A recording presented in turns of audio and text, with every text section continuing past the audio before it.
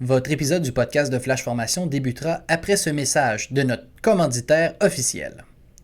Vous avez besoin de financement ou d'une préautorisation hypothécaire pour un nouvel achat immobilier? Vous êtes en période de renouvellement hypothécaire et désirez obtenir les meilleures conditions?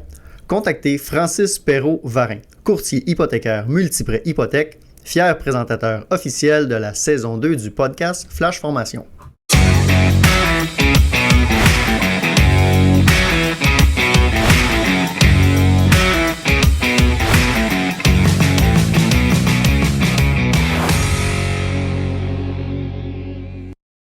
Bonjour tout le monde, bienvenue au podcast de Flash Formation.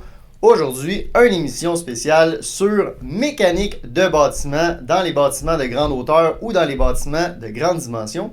Et on a la chance d'avoir un invité avec nous aujourd'hui qui possède des qualités de vulgarisateur, qui est des fois on rencontre des gens comme ça qui ont des capacités à rendre les choses simples et à bien les vulgariser. Mais je pense que c'est le cas de notre invité aujourd'hui, en plus d'être très connaissant dans la matière. Donc, on reçoit Michael Terrien. Ça va bien, Michael? Ben oui, ça va très bien, merci. Merci de l'invitation. C'est un plaisir pour moi d'être avec vous aujourd'hui. Écoute, Michael, on va te présenter un peu avant de commencer. Michael est au service incendie de Mirabel depuis 14 ans. Également enseignant au Collège Montmorency depuis une dizaine d'années qui enseigne au DEC à la formation des pompiers. Pompier éligible à la fonction lieutenant à la caserne 5 à Montréal, donc au centre-ville. Et en plus de ça, tu fais partie de l'équipe de formation spécialisée en BGH. Fait que, tu sais, quand on disait t'es la bonne personne pour nous parler de ça, ben je pense que c'est le cas aujourd'hui. Avant qu'on commence, Simon, on va parler des BGH. Qu'est-ce que ça veut dire? Qu'est-ce qui qualifie un bâtiment comme étant un bâtiment de grande hauteur ou de grande dimension? Peux-tu nous en parler? Ben, en fait, lorsqu'on parle de BGH, donc bâtiment de grande hauteur, on va y aller par rapport à la hauteur. Par exemple, un résidentiel, on va trouver ça dans le CCQ. Un résidentiel, on va parler de la hauteur moyenne du dernier plancher. Quand c'est plus que 18 mètres par rapport à la hauteur du sol, ça va être considéré un BGH. Donc, les résidences, alors que pour du commercial, ça va être 2 fois plus haut. Et si on parle d'une résidence de personnes âgées, là, on va dire, lorsque c'est plus que 3 étages, à ce moment-là, ça va être considéré BGH. Fait que ça va dépendre de l'affectation pour savoir si c'est considéré un BGH ou non. Et ça va nous apporter des mécanismes de protection, des mécanismes de communication avec nos citoyens. Donc, on va pouvoir intervenir différemment ou non lorsque ça va être considéré un bâtiment de grande hauteur. Alors que tu me parlais des BGD, mais BGD, bâtiments de grande dimension, souvent, pourquoi on en parle? Parce que c'est les bâtiments dans nos municipalités qui représentent la plus haute valeur foncière. C'est nos industries de grande dimension. Ça va apporter des caractéristiques spécifiques. Des fois, on va avoir des pompes incendies qui vont alimenter les bornes sur le terrain privé.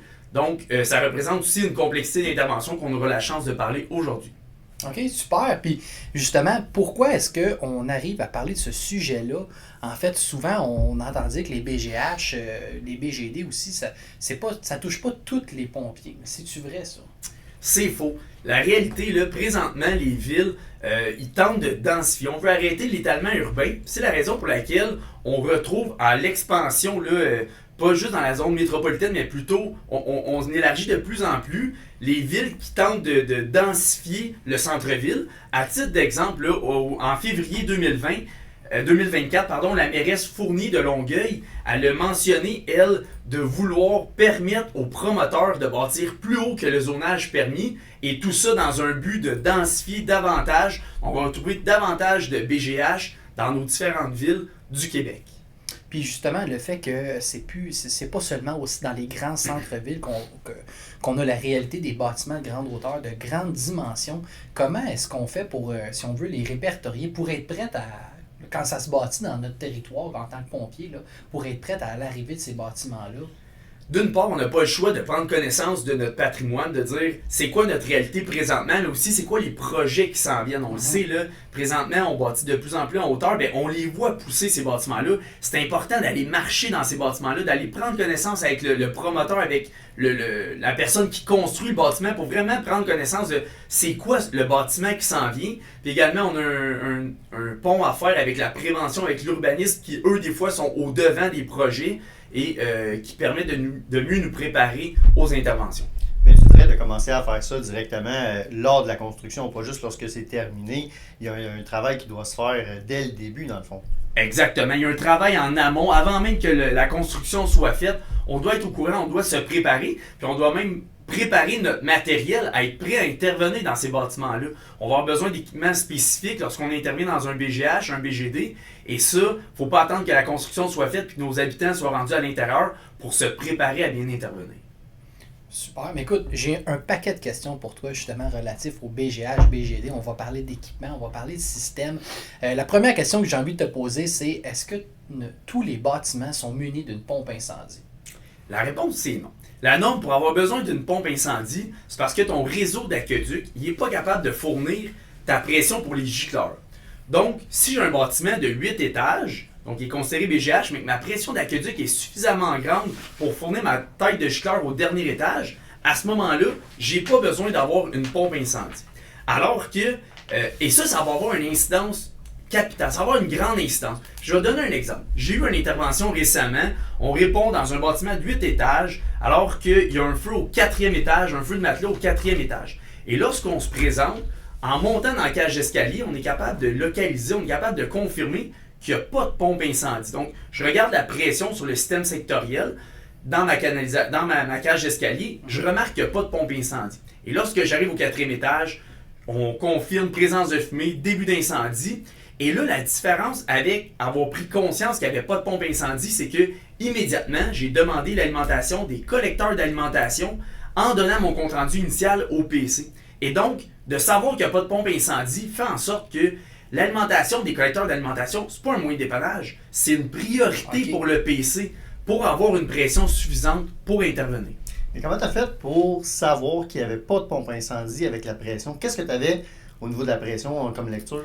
En fait, dans notre cage d'escalier, on retrouvait notre colonne montante, donc les robinets sur lesquels on pouvait venir se brancher de 2,5 pouces, mais également notre système sectoriel. Le système sectoriel, c'est l'endroit à laquelle on vient utiliser notre pression pour nos gicleurs dans notre cage d'escalier. Il y a une présence d'un manomètre, et sur ce manomètre-là, j'ai constaté qu'il y avait 40 livres. Et s'il y a 40 livres, c'est parce qu'il n'y a pas de pompe incendie, parce que s'il y avait eu une pompe incendie, j'aurais eu entre 100 et 175 livres dans ma cage d'escalier. Donc, à ce moment-là, quand ta pompe est venue alimenter tes gicleurs, en fait, ton système, c'est la pression que tu souhaites avoir à l'étage. Exactement. Okay. Exactement.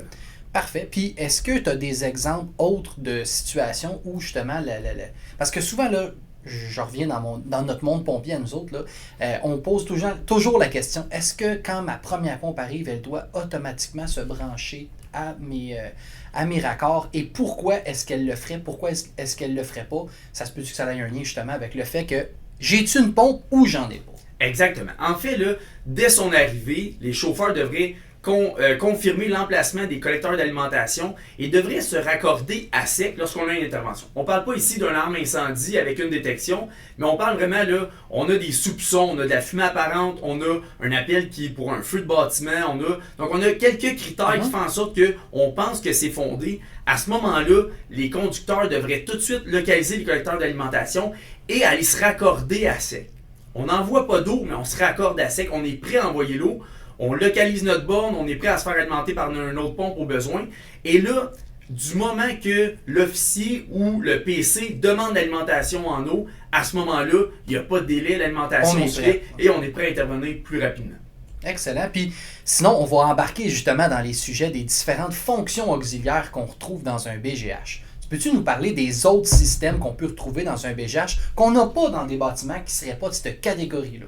Oui. À titre d'exemple, on va avoir le rappel des ascenseurs. Donc, le rappel des ascenseurs fait en sorte qu'on a une alarme incendie. Depuis 2007, là, ça va se faire automatiquement. Le rappel des ascenseurs va se faire automatique au palier de rappel, donc habituellement le rez-de-chaussée. Donc, ce n'est que pour t'en nommer un. Également, on va avoir le relâchement des électroaimants, on va avoir la pressurisation des escaliers, on va avoir l'arrêt de la ventilation, l'appel au 911 pour dépêcher les pompiers, des systèmes de communication, donc téléphone pompier, communication avec les citoyens également. Donc, c'est toutes des fonctions auxiliaires, pour t'en nommer quelques-unes, qui sont présentes dans les BGH. Donc, c'est toutes des fonctions qui, dans le fond, vont nous aider à combattre l'incendie, qui vont vraiment favoriser notre extinction. Exact? Exact. En fait, toujours, sauf en cas d'exception, puis je pense que c'est ça qu'on va parler aujourd'hui. Okay. Une exception qui est arrivée, en fait, oui, c'est ça nous sert à permettre l'évacuation plus sécuritaire, ça nous sert à intervenir plus efficacement comme pompiers, mais il arrive des situations que la fonction auxiliaire ne va pas nous aider, et c'est le cas de la situation qu'on va vous raconter aujourd'hui.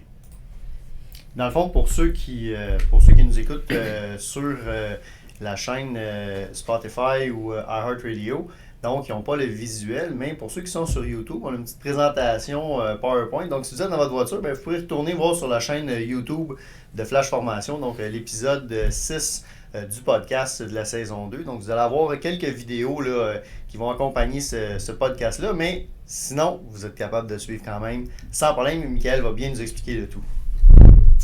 Donc en fait, c'est une intervention qui se produit. Les pompiers interviennent, qui est arrivé là, dans les dernières années, en 2014 pour être plus exact. Les pompiers interviennent, un feu de toiture confirmé au toit, et c'est le fameux vidéo que le 205, le véhicule 205 du service d'incendie de Montréal, pousse les 3 véhicules de police. Donc souvent, on s'en rappelle à cause de ça, le véhicule 205 qui pousse les 3 autos de police, qui accroche à BMW, et tout le monde se rappelle de cette intervention-là, de dire ah ben ouais, c'est une intervention d'ampleur que tu te dis, ok, c'est confirmé, la pompe elle passe pas, on n'a pas le choix, on prend les grands moyens, on pousse les autos de police pour réussir à intervenir. Ce qui s'est passé dans cette intervention-là, c'est que les pompiers procèdent à l'intérieur avec la différente quincaillerie pour répondre dans un BGH. Donc on a des hose packs, on a les sacs BGH, on est une équipe complète, on commence à progresser dans la cage d'escalier, et à ce moment-là, il n'y a pas de détection. Pourquoi? Parce que c'est un feu qui se produit sur la toiture, on n'a aucune détection au toit. Et là, dans le but de faire évacuer des citoyens, à un certain moment, on tire un poste manuel, et là, l'évacuation commence. Qui dit tirer un poste manuel dit également enclencher les fonctions auxiliaires que je vous parlais tout à l'heure. Et dans ce cas-là, la pressurisation de la cage d'escalier a débuté. La pressurisation, c'est un ventilateur qui se prenait au toit et qui a fait en sorte qu'il a pris la fumée qui était dense et chaude au toit et qui l'a poussé dans la cage d'escalier par laquelle les pompiers grimpaient. Donc on croit toujours que les fonctions auxiliaires vont uniquement nous aider. Dans cette situation-là, c'était pas le cas. Si on regarde, on avait notre cage d'escalier Est, notre cage d'escalier Ouest. Nos pompiers grimpaient dans la cage d'escalier Est, qui était directement sous l'incendie. Et c'est dans cette cage d'escalier-là qu'on a eu une fumée noire et dense. Et donc, comme pompier, on pense toujours que la cage d'escalier, c'est l'endroit le plus sécuritaire dans un BGH. C'est pas toujours le cas. Et donc, si ça nous arrive, on se réfugie sur l'aire de plancher pour s'endosser. Ce que je trouve drôle dans cette intervention-là, c'est vraiment l'aspect que tout le monde a vu ce vidéo-là du camion de pompiers qui pousse les voitures de police et qui accroche la BM, mais qu'on ne connaissait pas, dans le fond, la tragédie qui est arrivée avec cette intervention-là. Exact, parce que lorsque les pompiers se déplacent vers le 8e étage, vers le toit, en fait, sont environ au 3e étage lorsque la cage d'escalier se densifie, et 2 pompiers sur 3 se réfugient sur l'étage. Un dernier pompier reste dans la cage d'escalier, et le temps que les pompiers s'endossent, ce pompier-là pensait avoir le temps de redescendre pour s'endosser. Résultat, la fumée, elle était tellement chaude, tellement dense que c'était impossible. Heureusement, les pompiers, les 3 ensemble, ont réussi à sortir, à évacuer le bâtiment. Oui, il a été évalué, oui, il a été transporté au centre hospitalier. Toutefois, la bonne nouvelle, c'est qu'aujourd'hui, il est en santé, mais c'est juste une intervention qui nous fait prendre conscience qu'il y a des risques différents associés à un BGH, c'est important de les connaître. Ben ça, c'est vraiment un exemple qui, tu l'as dit là tantôt, c'est pas, les systèmes auxiliaires sont pas toujours là pour favoriser notre intervention. Il existe justement des situations particulières comme celle-là qui a été vécue. Un autre sujet, on parle aussi des systèmes de désenfumage. Ça peut nous aider. Comment ça marche? En fait, le désenfumage, c'est la seule fonction auxiliaire qui ne va pas se faire automatiquement via le panneau d'alarme incendie. Donc, c'est le PC, c'est l'officier commandant qui, lui, va décider d'activer le système de désenfumage présent sur les lieux manuellement. Donc, souvent, à partir du panneau d'alarme incendie, on va avoir la possibilité d'activer le désenfumage. Dans quelles circonstances est-ce qu'on pourrait utiliser le système de désenfumage? Puis si on l'utilise, est-ce qu'on le laisse en fonction, en marche, toute la durée de l'intervention?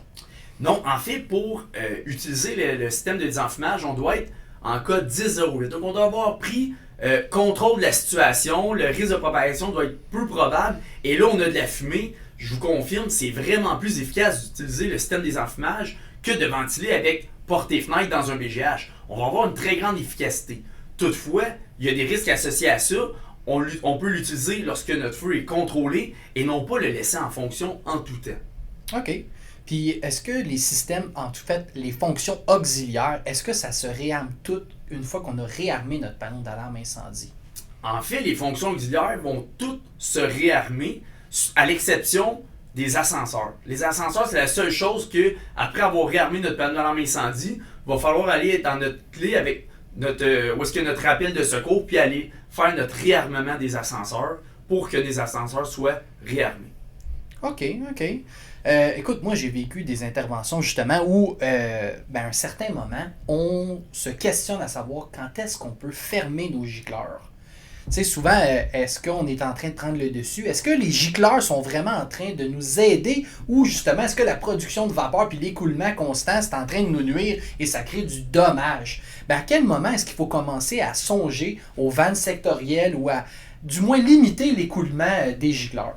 C'est une excellente question parce que il est arrivé une situation, puis je vais vous en parler en fait.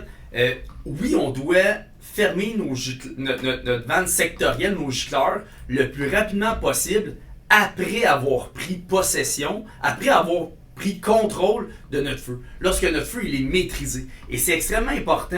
Il est arrivé une intervention à Plainfield, une intervention dans un entrepôt Walmart aux États-Unis, et ce qui arrive là, lorsque les gicleurs sont en fonction, c'est pas agréable.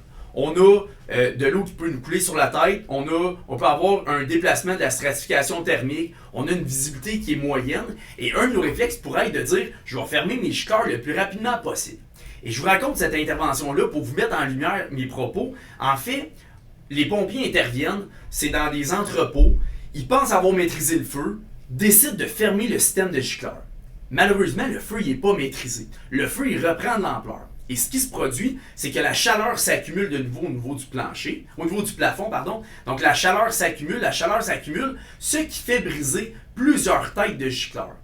Et là, même si les pompiers tentent d'ouvrir de nouveau le système de gicleurs, la pression hydraulique n'est plus suffisante pour fournir toutes les têtes de gicleurs qui ont brisé. Et donc, on peut voir un tuyau d'eau qui coule du plafond vers le plancher. Nos gicleurs ne sont plus efficaces. Donc, dans le fond, c'est comme si le système était fait pour être en mesure d'alimenter, mettons, 3, 4, 5 têtes de gicleurs, mais quand les pompiers ont réactivé, puis que le système doit fournir une quinzaine de têtes, je dis par exemple, le système hydraulique n'est pas capable de fournir ça, c'est ça? C'est exactement ça. Okay. Puis ça fait en sorte que c'est une action d'un pompier qui a causé des dommages comme ça. Et ça a causé que la ville de Plainfield a une poursuite de 340 millions pour avoir altéré le système de protection incendie en place. Donc, puis au Québec, on n'est pas à l'abri d'une poursuite comme ça. Faire une situation, venir fermer le système de gicleurs comme ça, on pourrait tout aussi bien se faire poursuivre parce qu'on a nuit à l'intervention. C'est ça qui est spécial, c'est que tu veux fermer ton système de gicleurs rapidement dans ton intervention pour éviter tes dommages évitables. Et là, de ce que je comprends, c'est que vraiment s'assurer de ton extinction complète de l'incendie pour éviter les situations comme ça qui seraient survenues. C'est exactement ça. Donc, quand on a procédé à l'extinction de l'incendie, ensuite, le plus rapidement possible, on ferme la vanne sectorielle, mais jamais plus tôt que l'extinction complète. Puis si je me souviens bien, parce que quand on s'était rencontrés pour préparer l'émission, tu nous avais parlé d'un voyage que tu avais fait à Atlanta, justement, où vous aviez eu une formation spécifique aux gicleurs. Exactement. En fait, c'est la compagnie FM Global des assurances qui avait payé ça. Puis, il y avait un simulateur dans lequel on allait. Puis, dans ce simulateur-là, la tête de gicleur était juste au-dessus de nous, puis on vivait vraiment le feeling de la tête de gicleur qui brise par-dessus nous pendant qu'il fait chaud. Puis oui, c'est désagréable, assurément, là, je veux dire, en lien avec la stratification thermique, en lien avec la visibilité, mais c'est ce qui fait en sorte que ça va contrôler notre incendie, ça va éviter la propagation de notre incendie. Les systèmes de gicleurs en place sont conçus selon la hauteur de l'entrepôt, selon la largeur, selon la différente disposition. Donc, sont vraiment présentes sur les lieux pour nous aider. Venir altérer cette protection-là a causé une poursuite là, de 340 millions. Tabarouette, je veux dire, tu sais, je pense que à chaque fois qu'on prend action dans des systèmes, tu sais, c'est à ça que je réfléchis en ce moment là. C'est des systèmes qui sont, oui, complexes, mais sont là pour les pompiers. Tu sais, en quelque sorte, là, ces systèmes-là sont faits pour que nous, on prenne des mesures. Fait que oui, ça a un impact, les actions qu'on pose avec les systèmes, puis je pense qu'il faut qu'on soit conscient de qu'est-ce qu'on fait. Ça, c'est une phrase que je répète souvent, là. En tant que pompier, il faut savoir qu'est-ce qu'on fait, puis pourquoi on le fait. Puis jouer dans des systèmes de bâtiments comme ça a un impact. Ça a un impact monétaire aussi. On ne veut pas ouvrir la porte à quelconque poursuite. Dans d'autres sujets qu'on voulait aborder avec toi, toujours dans le BGH par contre, là, quel type d'équipement on doit amener? Là, je nous mets dans la position d'une équipe d'intervention. Porte-lance Fontainier, je dois amener des équipements pour intervenir adéquatement dans un BGH. Qu'est-ce que je dois amener? Dans un premier temps, on va parler de la lance. Brièvement, je sais que vous avez une certaine expertise en lien avec les lances. Tout ce que j'aurais à dire dans un BGH, en lien avec les débris qu'on va retrouver dans la canalisation incendie, on va toujours prioriser un jet plein. Puis la raison principale, oui, on peut avoir en lien avec la pression qui va être inférieure, la pression d'utilisation qui est inférieure, mais surtout en raison des débris. Puis il ne faut pas penser que parce que notre bâtiment a été construit il y a de cela 4, 5, 10 ans, qu'il n'y aura pas de débris à l'intérieur, c'est faux. Autant des bâtiments récents que des bâtiments plus vieux, on va retrouver des débris à l'intérieur, donc on va vraiment prioriser l'utilisation d'un jet plein. Ensuite, on va avoir besoin de tuyaux pour se raccorder dans la cage d'escalier ou sur le palier d'étage dans les plus vieux BGH. Habituellement, on va avoir des tuyaux de sortie 2,5 pouces filetés. Donc, on va avoir besoin d'adaptateurs de tuyaux pour se raccorder après ça. Et je vais avoir besoin d'un minimum de 150 pieds pour partir de ma cage d'escalier pour me rendre jusqu'à mon étage. Et ça, je te dis, c'est un minimum. Si une équipe me parle qu'il va avoir 200, 250 pieds, c'est encore mieux parce que parfois pour rentrer dans le condo, dans le logement, on va avoir besoin de 150 pieds, mais on n'est pas capable de rentrer dans le condo. Donc un 150 pieds de tuyaux, c'est minimum et les équipes supplémentaires devraient eux aussi apporter des tuyaux avec eux pour intervenir. Justement, dans le fameux sac BGH, là, quel genre d'équipement je dois retrouver? Parce que je sais qu'il y a certaines distinctions dans certains kits BGH, dans certains services. Mais peux-tu nous parler un peu de qu'est-ce que je dois retrouver comme quincaillerie dans un sac BGH? En fait, si on n'a pas notre lance, déjà après notre tuyau, on va retrouver notre lance. On va retrouver notre clé de 18 pouces, qui est une clé de plomberie, souvent qui va être utilisée comme effet de levier, que ce soit pour briser une chaîne, que ce soit pour ouvrir la vanne qui est difficile à ouvrir. Fait une clé un peu multi-usage. Et également un piézomètre. Donc un piézomètre, là, c'est la pièce angulaire. On peut penser que nos conducteurs de pompe, là, ils ne seraient pas capables d'opérer notre pompe s'il n'y avait pas de cadran devant eux pour leur dire à quelle pression ils donnent leur jet. Bien, dans notre BGH, là, notre seule certitude qu'on a une pression adéquate, c'est notre piézomètre. Donc, on doit retrouver un piézomètre et également, t'en parlais, différentes quincailleries là, de tuyaux selon est-ce qu'on est fileté, stores, est-ce qu'on est en 2,5 pouces, en pouce 3/4, donc division, réduction au besoin. Donc, on doit retrouver tout ça et souvent, on va retrouver une craie dans notre sac BGH qui nous permet d'identifier nos portes, par exemple, en lien avec notre recherche sur notre étage. Est-ce que tu utiliserais les longueurs qui sont dans les cabinets sur l'étage comme tel ou tu préfères vraiment utiliser ton équipement? En fait, lorsqu'on parle des longueurs qui sont dans les cabinets, on va les retrouver dans un cabinet de classe 2 ou classe 3 et ces longueurs-là sont destinées à la protection par le public. Donc, par exemple, le citoyen qui constate un début d'incendie dans une poubelle décide d'utiliser ces longueurs-là et d'ouvrir le robinet, de tenter une première extinction. C'est la raison pour laquelle on met des boyaux sur les étages. Toutefois, c'est pas pour les pompiers. Ces longueurs-là ne sont pas testées, peuvent être installées là depuis 20 ans, vont être secs. Il n'y a rien qui te certifie on va pouvoir les utiliser à notre pression requise, donc par exemple à 100 livres de pression. Et donc, on ne devrait jamais utiliser les longueurs disponibles sur les étages. On devrait toujours prendre nos longueurs à nous. OK. Ben, c'est intéressant parce que c'est des questions qu'on entend ou que souvent on peut se poser comme pompier. Moi, j'aimerais que tu nous parles un peu de la... Je cherche pas tes notes, tu sais pas là-dedans, je te surprends un peu. Parle-nous un peu de la gestion d'intervention. En fait, on a déjà parlé, toi et moi, que le panneau alarme incendie, c'est ce qui va nous permettre de faire notre size-up, d'aller chercher un peu l'histoire de ce qui se passe, de notre intervention. Quand j'arrive puis je regarde l'information que j'ai au panneau, je peux avoir des alarmes, je peux avoir des pannes, des surveillances. C'est quoi l'importance d'aller chercher cette information-là pour mieux comprendre l'histoire de ce qui se passe? Dans un premier temps, là, avant même d'ouvrir notre panneau d'alarme incendie, à partir de la vitre qui est souvent fermée, barrée, on va être capable de voir le totalisateur d'événements. Et donc, c'est de constater j'ai combien d'alarmes et j'ai combien de supervisions. Souvent, c'est les deux étapes les plus importantes à confirmer, le nombre d'alarmes, le nombre de supervisions. Le nombre de troubles, le nombre de priorité 2, c'est moins important, on reviendra plus tard, mais tu sais, d'avoir enlevé un détecteur au 15e étage, ça a un impact peu minime. Alors que la supervision, dans les supervisions, on va rentrer, par exemple, la pompe incendie en marche. Donc, ça va être un élément important. Et les alarmes, bien, je veux constater, j'ai combien d'alarmes?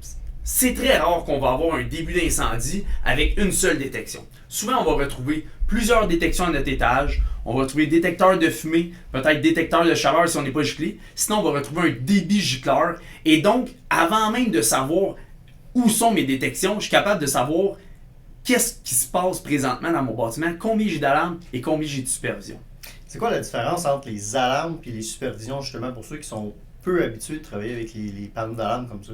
Lorsqu'on parle d'une alarme, là, on parle de détecteur de chaleur, détecteur de débit, on parle d'un poste manuel ou on parle d'un détecteur de chaleur, détecteur de fumée, débit gicleur et poste manuel. Donc, c'est les quatre principaux qu'on retrouve. Il y a aussi détecteur de gaine, là, mais c'est un détecteur de fumée sur une gaine. Donc, les quatre principaux, là, détecteur de fumée, détecteur de chaleur, détecteur de débit et poste manuel. Alors que lorsqu'on parle d'une supervision, c'est un élément de protection qui n'est pas dans sa position normale. Donc, si je viens fermer ma vanne sectorielle, je viens enlever de la protection incendie sur mon étage, ça va rentrer en supervision. Si ma pompe incendie est en fonction, elle n'est pas à sa position normale, supervision. Si j'ai une pompe incendie au diesel et que mon niveau de diesel est bas, pour ma protection de mon bâtiment, ça va rentrer en supervision. Même une génératrice, je me souviens bien. Exactement. Donc, en lien avec la génératrice, on peut la retrouver en supervision. OK. Puis j'aimerais que tu nous parles ou que tu nous racontes peut-être, je parle de la fameuse histoire ou le développement d'une intervention BGH. À partir du moment où mon PC est établi et qui envoie ses équipes sur les différents étages, as-tu des exemples, des choses vécues ou comment ça se passe en général? Parce qu'il y a vraiment une distinction entre une prise de possession PC dans un BGH que dans un bâtiment où on serait à l'extérieur au secteur 5. Mais parle-nous un peu plus de la fameuse séquence d'intervention. Dans un premier temps, le PC, il va avoir un travail à faire au niveau du lobby. Donc un contrôle lobby, c'est-à-dire est-ce que ces ascenseurs sont rappelés? Est-ce qu'il y a plusieurs citoyens? Est-ce qu'il peut leur demander d'évacuer? Est-ce qu'il peut leur demander de se mettre dans une portion qui ne va pas les déranger? Et enligner ses équipes, donc recevoir ses équipes pour leur permettre le déploiement le plus rapidement possible. Est-ce que c'est via l'ascenseur? Est-ce que c'est via la cage d'escalier parce que le feu est au 4e étage? Je veux dire, même si le feu est au 4e étage dans un BGH, on va prendre les escaliers, on ne va pas prendre l'ascenseur. Donc ça, c'est une analyse que notre PC va faire de notre intervention. Également, rapidement, il s'en va au panneau d'alarme et là, il constate. C'est quoi ma facture? Donc combien j'ai d'alarme, combien de supervision? À quels endroits sont les détections? À quels endroits sont les alarmes? J'ai plusieurs détections au 15e étage. Bien, c'est à l'endroit où ma première détection est au 15e étage. Mais je veux envoyer mon unité en reconnaissance, je vais l'envoyer tout de suite au 15e étage. Donc ça, c'est dans ses priorités.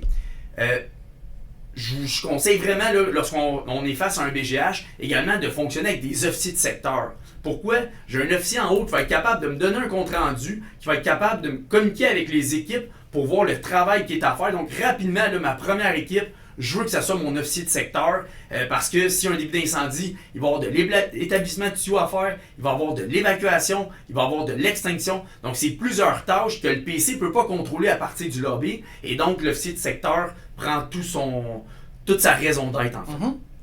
Ah, mais est-ce que justement dans des interventions que tu as vécues, tu as des exemples de. Je reviens là-dessus, tu sais, juste tu nous parles de ce que tu as vécu. As-tu des exemples justement de situations où exemple, on répond pour une alarme en opération ou ce n'est pas un appel qui est catégorisé comme bâtiment et justement, finalement, on se rend compte que il y a une fumée apparente. Finalement, il y a plus qu'une détection et là, on doit se mettre en place. Raconte-nous un peu plus la séquence d'installation de nos équipements dans une cage d'escalier. Bien, une intervention que j'ai eue récemment, on intervient, une détection, c'est un vieux BGH, mais il y a une détection,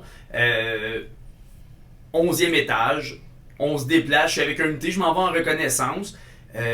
Arrivé à l'étage, il y a une odeur de brûlé et ça sent pas les aliments surchauffés. Tu sais, souvent on est habitué là, dire la madame elle a peut-être trop cuisiné ou le monsieur a un petit peu trop cuisiné. C'est pas le cas, on a une odeur de brûlé et donc rapidement on cogne aux portes, on tente de localiser. Un des trucs qu'on peut faire, c'est localiser le détecteur de fumée dans le corridor et à partir de ce détecteur-là, je vais vérifier les portes alentours. Parce que j'ai plusieurs détecteurs de fumée dans mon même corridor. Lorsque je suis capable de cerner mon détecteur en fonction, ben, je vais regarder mes portes adjacentes. Je vais parfois pousser dans le haut de mes portes pour me permettre de confirmer c'est à quel appartement. Et c'est ce que je fais. À un certain moment, je mets ma main dans le haut des portes et il y a une des portes, elle est chaude. Et lorsque je pousse, il y a de la fumée qui sort. Donc rapidement, qu'est-ce qu'on fait à ce moment-là? Je confirme au PC dans notre jargon de compléter de compléter l'attribution. Donc je vais avoir plus d'unités en direction, mais également je renvoie l'ascenseur en bas et là je demande aux unités qui sont stand-by dans le lobby de venir me rejoindre pour permettre l'établissement de tuyaux. Pendant que l'établissement se fait, de mon côté, je suis endossé avec mon pompier et là on procède à l'évacuation. Je suis officier de secteur, j'ai des officiers qui sont arrivés dans la cage d'escalier, procède à l'établissement. Pendant ce temps-là, le chauffeur il est allé au collecteur d'alimentation, il est prêt à pousser. On n'a pas de pompe incendie. Envoie l'eau. Donc, c'est tout un mécanisme, c'est toute une intervention qui se met en branle. Et pendant ce temps-là, ben, moi, je suis officier de secteur. Donc, on a une bonne pression. Le jet a été testé avec le piézomètre. On sait que ça fonctionne. Notre unité pompe, elle pousse à l'extérieur et on intervient. C'est un feu de cuisine. Ça a été contrôlé relativement rapidement, mais je pense que la pratique, l'organisation, la séquence a fait en sorte qu'on a été efficace dans cette intervention-là. Ben, c'est ce que j'allais te dire. C'est sûr qu'une intervention comme ça, ça doit d'être pratiquée. On est loin du classique pouce trois quarts en avant de la porte, puis on rentre avec une gang seulement. Là, on a besoin de plusieurs personnels. On a besoin. C'est quand même un gros déploiement. Là. Et ce que je pense tout le temps, c'est quand tu reviens à la densification de la population, que de plus en plus de BGH se bâtissent à travers le Québec, ça demande une préparation en soi. Exactement. Puis on peut pas s'attendre à bien performer dans un BGH si on s'est jamais pratiqué à établir dans la cage d'escalier. Si on l'a jamais fait, là, si on s'est jamais mis dans une cage d'escalier, que ce soit extérieur par exemple pour éviter les dommages, mais si on l'a jamais fait là, de se raccorder, puis le fontainier avec le porte-lance, puis la coordination, puis s'assurer qu'on a une bonne pression, puis après ça rentrer sur l'étage, donner un compte-rendu. Si on n'a jamais fait ça, on peut pas s'attendre à bien performer dans un BGH. L'autre chose, pour cette intervention-là, on avait besoin d'utiliser un ascenseur. Utiliser un ascenseur veut dire, lorsqu'on est arrivé, les ascenseurs étaient déjà rappelés. Donc, le rappel avait été effectué. Mais comme pompier, comme unité en reconnaissance, je dois prendre possession du système de secours spécial pour me déplacer à l'intérieur de la cabine d'ascenseur pour aller en reconnaissance. Donc ça, c'est une autre étape qu'on doit pratiquer. Si on ne s'est jamais pratiqué, si on n'a jamais pris possession de l'ascenseur, on ne peut pas s'attendre la journée que ça brûle à ce qu'on soit efficace à se déplacer dans notre bâtiment de grande hauteur. Puis quand tu parles de prendre possession de l'ascenseur, là, c'est de prendre la clé, de l'utiliser en mode pompier, de vraiment l'utiliser comme un élévateur, d'amener tes équipements, d'amener ton monde à l'étage, ben de ne pas attendre que ce soit pour une intervention fondée, que ce soit la première fois que tu le fasses. De l'avoir pratiqué, puis ça part du début. Est-ce qu'on a tous reçu la formation? Est-ce que sur notre territoire, on a pris connaissance de nos bâtiments? Est-ce qu'on les a identifiés? Dans ce bâtiment-là, j'ai quel genre de système? Y a-t-il une pompe incendie? Ça va faire en sorte que la journée qu'on va recevoir un appel qui va être fondé dans un de ces bâtiments-là, ben on va savoir quel système il y a, comment l'utiliser. Parce que trop souvent, on se rend compte que tout est déjà en place, là, puis on est en retard un peu dans ce travail-là. Exactement. Michael, parle-nous un peu des systèmes d'AR, DAR. J'ai entendu parler de ça. Peux-tu nous expliquer brièvement c'est quoi dans le fond? En fait, est arrivé là, en 2000 une bactérie E. coli qu'il y a eu en Ontario, là, à Walkerton pour être plus exact, qui a fait en sorte qu'il y a eu une contamination de l'eau potable. Et suite à ça, au niveau des normes du Canada, il y a eu des modifications. Présentement, lorsqu'on a un bâtiment, on va venir le séparer on va venir séparer l'aqueduc entre l'aqueduc et notre bâtiment, mais également entre notre eau domestique, donc pour nos robinets, etc., et notre incendie. Donc, on va mettre un dispositif anti-refoulement. Un dispositif anti-refoulement, c'est avec des ressorts pour s'assurer qu'à pression égale, on n'ait pas de refoulement. Avant, on avait 2 clapets anti-retour qui scindaient notre incendie de notre eau domestique. Maintenant, on a un DAR. Puis pourquoi c'est important d'en parler? C'est parce que ce DAR-là, il doit être testé annuellement. Et ce qu'on va venir retrouver sur nos collecteurs d'alimentation, parfois il va être marqué essai d'or. Ou sur nos essais-pompes, essai d'or, ou des collecteurs totalement à part, essai d'or. DAR, D-A-R. D-A-R, exactement. Comme pompier, on n'a pas besoin de s'en occuper. Si on doit alimenter les collecteurs d'alimentation, s'il est marqué collecteur d'alimentation et essai d'or, on peut utiliser nos collecteurs de la même façon que ça se faisait auparavant. Toutefois, c'est un élément intéressant. Si jamais on a une contamination, par exemple, là, on pense qu'il y a eu un produit chimique qui est allé dans l'eau d'un certain bâtiment, bien, si on va en amont, si on retourne à l'entrée d'eau de ce bâtiment-là et qu'on confirme qu'il y a présence d'un DAR, bien, à ce moment-là, je peux confirmer avec certitude qu'il n'y a pas de contamination dans mon réseau d'aqueduc. OK. Il en connaît des affaires, Michael. Il est incroyable. Moi, la dernière question que j'avais notée, c'était qu'est-ce qu'on a comme formation qui est disponible au Québec spécifique au BGH?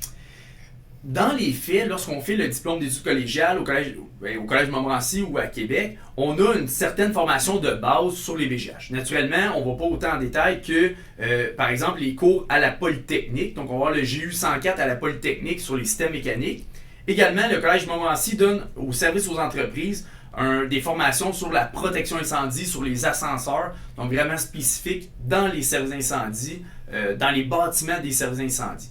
C'est pas mal les seules formations qu'on va retrouver présentement sur les BGH dans les services d'incendie. Donc, ça demande vraiment à ce que les services d'incendie fassent un peu aussi, prennent leurs responsabilités, prennent vraiment les devants dans la préparation des méthodes d'intervention dans cette nouvelle réalité-là. Je pense à ceux qui voient justement apparaître les grues dans leur région. Ils disent, OK, là, on va avoir plusieurs étages, et là, on est moins habitué de travailler, donc il faut qu'ils prennent les devants de ce côté-là. Exactement. Souvent, on a des procédures, intervention en milieu rural, intervention en milieu urbain rapproché, éloigné. Mais est-ce qu'on a une intervention BGH, BGD? Souvent, on va avoir le même matériel, mais est-ce qu'on a déjà préparé cette formation-là? Est-ce qu'on a 2-3 personnes à l'intérieur de notre service d'incendie qui, eux, peuvent donner des formations, qui, eux, peuvent préparer l'ensemble de notre service d'incendie à intervenir efficacement dans ce type de bâtiment-là? Je comprends. Ça fait partie d'un changement qu'on vit au Québec, là, comme un peu partout. Là. On disait le changement, c'est soit que il va être imposé, puis ça sera pas agréable, ou tu as le choix de décider de prendre le changement par la main. C'est Daniel qui disait ça. Tu prends le changement par la main, puis tu décides d'adhérer, puis de foncer dans le changement pour faciliter son intégration. Mais je pense que justement, la réalité des nouveaux bâtiments aujourd'hui, tu en as parlé avec l'exemple de la ville de Longueuil qui autorise des bâtiments en hauteur pour faciliter l'étalement urbain. Mais c'est la même chose qu'on commence à vivre partout autour des grands centres. Fait que justement, prenez le changement par la main avant qu'ils vous prennent par la gorge, comme disait Daniel. Moi, j'ai pas plus de questions. Moi, je te remercie, Michael, d'avoir pris le temps aujourd'hui, d'avoir préparé tout ça, puis de nous avoir présenté ça. C'est très agréable. Ben, merci beaucoup. Merci à vous deux. C'est très agréable. Donc, merci tout le monde du podcast Flash Formation. Suivez-nous pour un prochain épisode la semaine prochaine. À bientôt! Cet épisode vous a été présenté par Francis Perrault-Varin, courtier hypothécaire Multiprêt Hypothèque, présentateur officiel de la saison 2 du podcast de Flash Formation.